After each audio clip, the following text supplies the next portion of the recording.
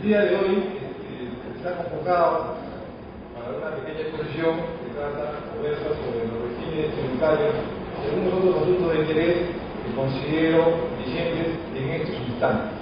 Eventualmente, cuando uno quiere empezar a hacer negocios, o muchas veces algún familiar, o muchas veces uno mismo, por necesidades propias de la vida, eventualmente tiene la necesidad de querer hacer un negocio. Entonces, lo primero que se nos ocurre es pensar, preguntarnos, o le preguntan a ustedes, ¿y cómo hago para empezar? ¿Cómo hago para empezar? Entonces, eventualmente, muchos de los que desean hacer negocios no saben si trabajar solos o si trabajar acompañados. ¿Sí?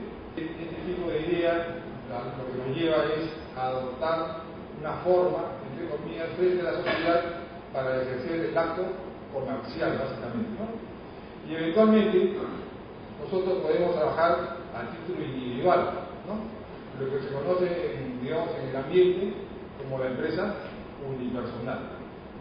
Cuando le hablan a uno de empresa unipersonal, uno como que está pensando quizás si soy una IRL, una SA, una SRL, qué sé yo, y eventualmente como que uno no capta bien la idea, pero cuando se refieren a empresas unipersonales, estamos hablando de nosotros a título individual, ejerciendo el acto comercial. No necesito juntarme con nadie, yo con mi nombre propio puedo actuar frente a los demás. Pero eventualmente, cuando uno no conoce un negocio o cuando de repente uno no quiere aparecer por diversas razones, eventualmente uno tiene que asociarse o juntarse con segundas o terceras personas. Ante esa circunstancia, asociarse o juntarse con segundas o terceras personas, estamos hablando de lo que se conoce en el ambiente como una persona jurídica, ¿no? Y cuando hablamos de personas jurídicas, hay una legislación un tanto densa, que nosotros los formadores más o menos que la conocemos, y que se llama la nueva Ley General de Sociedades, ¿no? Aquí aparece como NSS, sería la abreviatura. La ley es la 26887. Dentro de esta ley está el marco de trabajo con relación a la forma, digamos, jurídica que podemos adoptar si nos juntamos con otras personas, ¿no? En este contexto existen pues, sociedades anónimas, como ustedes conocen, sociedades civiles, que serían las sociedades probablemente profesionales, las sociedades de responsabilidad limitada, entre otras, ¿no?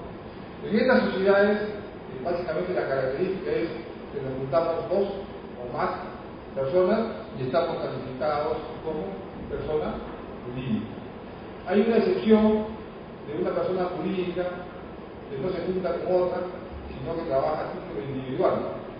Esta persona, entre comillas, jurídica, de la excepción, se llama la empresa individual de responsabilidad limitada y está tratada dentro del marco del decreto ley 21621, ¿no? Cuando uno forma una empresa unipersonal, o lo que es lo mismo decir una empresa, una persona natural, no existe pues, definitivamente ningún contrato, porque yo no voy a contratar conmigo mismo, ¿no? A diferencia de la persona jurídica que vamos a ver en los momentos, ¿no? El capital social en principio no existe, y básicamente es el tema quizás relevante en la medida que pudiéramos tener algún problema en una circunstancia que no tiene previsto, la responsabilidad del propietario es ilimitada, ¿no? Entonces básicamente a veces la gente, por quererse ahorrar alguna gestión notarial o legal, prefiere trabajar como persona natural y eventualmente uno no sabe que se está comprometiendo inclusive hasta con los bienes personales. Entonces, básicamente aquí el tema de responsabilidad ilimitada es una variable que creo que es necesario conocer antes de empezar a hacer un negocio. Ahora, claro, si uno va a actuar de buena fe, limpia y transparentemente, como se supone que es lo usuario normal, yo no creo que nadie tenga ninguna dificultad, ningún problema de asumir una responsabilidad limitada, porque uno sabe y es consciente de que todos sus actos son correctos y no tenemos por qué tener ningún riesgo, entre comillas, de haber hecho algo doloso o algo indebido, ¿no? Pero en todo caso, el trabajar como persona natural tiene, entre comillas, esa característica. Pero si nosotros no hubiéramos escogido la opción de trabajar como persona natural o empresa unipersonal, ¿sí?, nos podríamos haber constituido como una sociedad. Y en una sociedad hay algunas características relevantes que ustedes necesitan saber. En una sociedad, en verdad, se constituye a través, entre comillas, de un contrato. Un contrato que se llama pacto social. O nosotros, o estamos refiriendo en la técnica contable, conocemos como la estructura de constitución, ¿no? En este contrato, entre otras cosas, se va a fijar cuánto va a ser el aporte de los socios, quiénes van a ser los socios, cuál es el objeto del negocio, cuánto tiempo va a durar, dónde va a estar digamos, operando el negocio. Todo esto se establece en este contrato llamado pacto social, o que algunos conocemos como la estructura de constitución, ¿no? La característica importante de una persona política es que el tema de la responsabilidad está limitada al monto de lo que se aporta, ¿no? Pues, de alguna forma el riesgo está, digamos, calculado. Si lo pierdo, debería ser cuánto es lo que voy a perder, ¿no? A diferencia de una persona natural que eventualmente podría tener alguna dificultad y podría perder no solamente lo que tiene operando en el negocio, sino inclusive sus bienes personales, ¿no? Un poco que es la característica.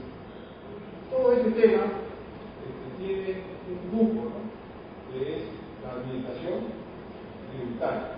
Muchas veces hay personas que eventualmente, sin querer queriendo, o de repente la vanidad que nos gana, y le dicen: oye, yo te voy a ser socio de una empresa y tú vas a ser representante de la empresa, tú vas a ser gerente general. Entonces, claro, uno un poco inexperto y uno un poco con ese ánimo de protagonismo que eventualmente podríamos tener muchos, aceptamos de repente un encargo y no sabemos que eventualmente el simple hecho de aceptarse un director, el simple hecho de ser el gerente de un negocio, me está comprometiendo a títulos personales, ¿no? O sea, no es un tema nomás acumulativo, sino que hay un compromiso porque significa que de alguna forma yo soy responsable frente a las instituciones del Estado. Entonces, básicamente, probablemente tenemos un poco de temor es a la administración tributaria. En una empresa que esté en liquidación, los liquidadores son los que hacen esa función. O sea, las personas que asuman la liquidación de una empresa son el equivalente a los gerentes de una empresa que está en operación en la actividad, ¿no? Pero eventualmente, si hubiera uno actuado con malicia, con dolo, con negligencia, o usando de las facultades de la responsabilidad personal, se hace solidario, ¿no? Cuando ustedes son funcionarios, tienen una limitación en la medida que todo se hace, digamos, de buena fe. Pero imaginariamente, ustedes tienen un negocio donde de repente se ha utilizado el organismo como una institución de fachada, probablemente usted pueda estar comprometido mucho más allá de lo que eventualmente podríamos creer que es en términos profesionales. Definido el tema de si voy a trabajar solo o si voy a trabajar asociado, el siguiente tema es escoger un régimen tributario. Y el régimen tributario, como yo lo veo, porque así lo quisiera transmitir, es en realidad una lista de menús, ¿no? Un menú que, de acuerdo a mi capacidad, a mi gusto, a mi preferencia, yo lo voy a escoger, ¿no? Básicamente esa es un poco la idea. Entonces, en el Perú, en este instante, existen tres regímenes tributarios: el régimen único simplificado, el régimen especial de impuesto a la renta y el régimen general.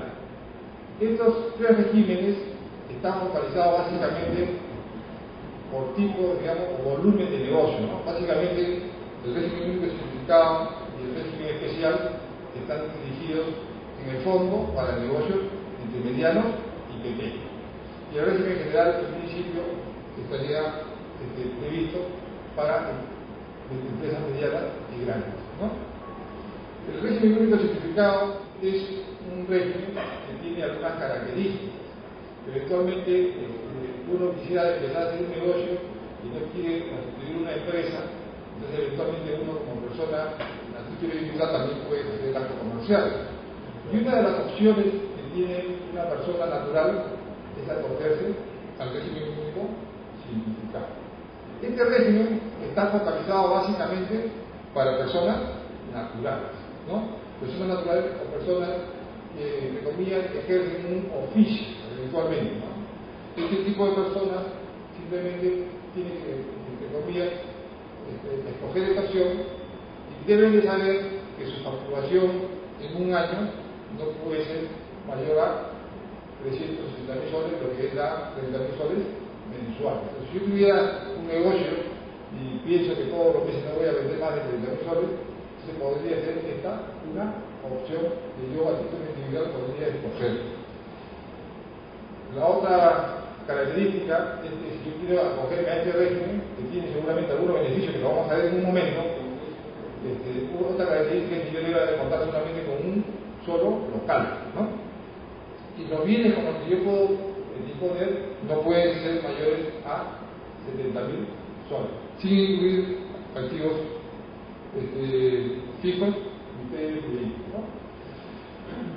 Y otra característica de los señores que se recogen este régimen es que básicamente ellos solamente pueden emitir boletas de venta, que como todos conocemos es un documento que tiene una característica fundamental, que es que el documento de boleta de venta no precisa o no señala el monto del IGB y por consiguiente el documento de boleta de venta no permite usar, entre comillas, ese monto que nosotros conocemos como crédito fiscal, ¿no?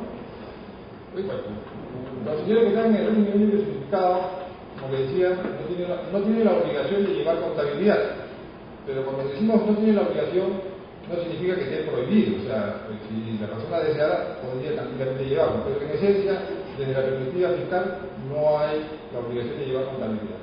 En sustitución de ello, porque la Administración Tributaria tiene algunas aspiraciones fiscalistas, de lo que se trata es de que si el señor me va a declarar algo, la Administración tendría que tener algún sitio o alguna fuente o algún punto donde revisar lo que el contribuyente me declara.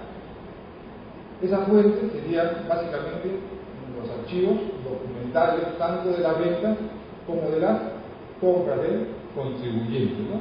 Entonces, básicamente ellos, en lugar de llevar una contabilidad, simplemente necesitan llevar un pequeño archivo de sus ventas y de sus registro de compra, de sus operaciones de compra, ¿no? Bueno, pero ¿para qué existe este régimen? Porque básicamente a lo que a nosotros nos importa es cuánto me cuesta, ¿no? Porque yo en verdad estoy interesado en saber qué características necesito para acogerme a esta opción, pero en el fondo a mí me interesa saber cuánto me va a costar esto. Vamos a ver en un momento que el costo de estar en esta opción puede oscilar entre 20 soles y 600 soles. Es más o menos el rango de lo que me podría costar si yo me acojo a este régimen llamado ruso. Como les decía, estar en este régimen, como todas las opciones que existen en cualquier orden de cosas, tienen sus cosas buenas y sus cosas malas, ¿no? Eventualmente, esta persona le decía que no tiene la obligación de presentar declaración jurada anual. No sé, yo le puse ahí ventaja y desventaja, porque eventualmente para algunos podría ser una ventaja y de repente para otras personas podría no ser. Simplemente lo señalo porque puede tener un juego ambivalente. Esta persona que está en el régimen único significado, en principio, no está, entre comillas, afecto a pagar IGB en la medida de las operaciones, a la diferencia entre las operaciones de compras y de ventas, no tienen que pagar IGB. Y como tal, tampoco tienen derecho a consumir lo que nosotros conocemos como el crédito fiscal, ¿no? Tiene de malo, entre comillas, que no puede emitir factura, porque eventualmente, como ya no paga IGB, el único documento de venta va a ser un documento que nosotros conocemos como boleta. Esta boleta, como ustedes saben, tendría que estar apuntando a una persona natural o a un consumidor final, básicamente, ¿no? O sea, si usted quisiera hacer una venta a una empresa, a la empresa probablemente no le va a ser muy atractivo que usted le dé una boleta, el cliente le va a pedir una factura, ¿cierto? Eventualmente, en este tipo de régimen, en el ruso específicamente, usted no tiene la posibilidad de emitir factura. Pero no todas las personas, yo puedo ser persona natural, puedo pensar que no voy a vender más de 30.000 soles mensuales o 360.000 soles anuales y tengo un solo local, ¿no? Pero a pesar de que tengo todas las aparentes características generales, puedo no calificar para acogerme a este régimen. Según la legislación actual, por ejemplo, si usted se dedicara al transporte con vehículos de carga mayores a 2 toneladas métricas, usted no podría estar acogido a este régimen. Si usted, por ejemplo, quisiera espectáculos, tampoco podría. Si usted quisiera, por ejemplo, ser, se me ocurre, comisionista, tampoco podría, ¿no? Hay todo un marco de trabajo para determinado tipo de negocios que eventualmente la administración tributaria no le conviene, o no le interesa, o no autoriza que se pueda uno acoger a eso.